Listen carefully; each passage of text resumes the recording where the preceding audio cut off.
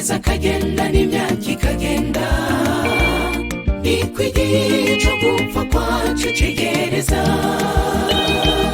kandi ni nako nukuza k'umwami wacu kwegereza. Ibirato byacu mbega n'ibyahe, mbese bikwiye kuba iby'amasabukuru y'amavuka yacu, cyane bikwiye kuba ibyo kwigina imyaka misha. Oya abanamba, ibirato byacu nibyo kwirata, utwamenye Yesu. Ndabwira birata birate kimwe, birate yuko bamenye Yesu, kandi birate yuko bamaze kugarura n'izindi ntama mu gakiza. Ibyo nibyo byirato Yesu ashaka, yuko twirata ko twamumenye, nitwaguma mu kuri kw'ijambo ryiwe.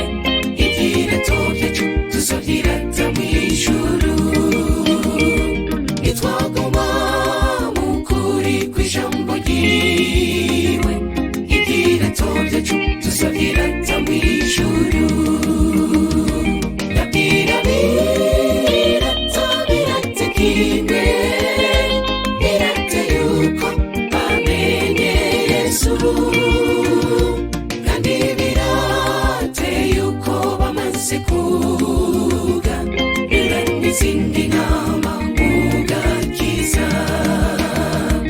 Ibyo nibyo byirato Yesu ashaka, yuko twirata ko twamumenye, nitwaguma mu kuri kw'ijambo ryiwe.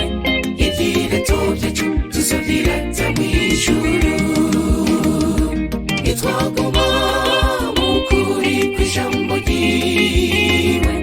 Ibirato byacu tuzovyirata mw'ijuru.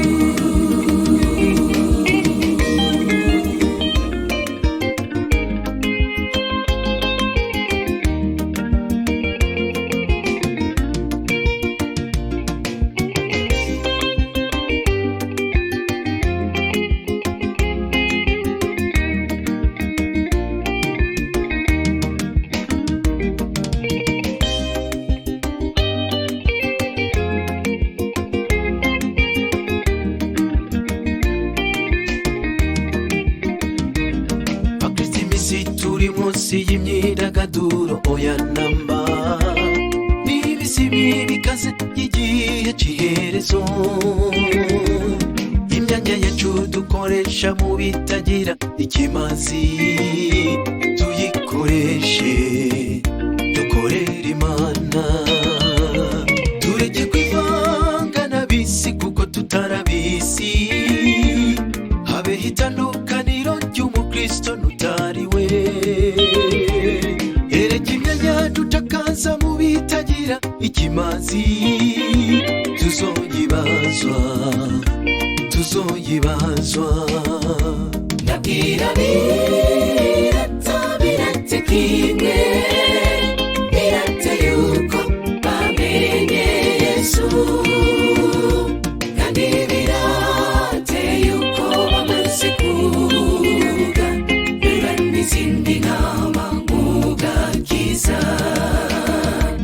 Ibyo nibyo byirato Yesu ashaka, yuko twirata ko twamumenye, nitwaguma mu kuri kw'ijambo ryiwe. Ibirato byacu tuzovyirata mw'ijuru, nitwaguma mu kuri kw'ijambo ryiwe. Ibirato byacu tuzovyirata mw'ijuru.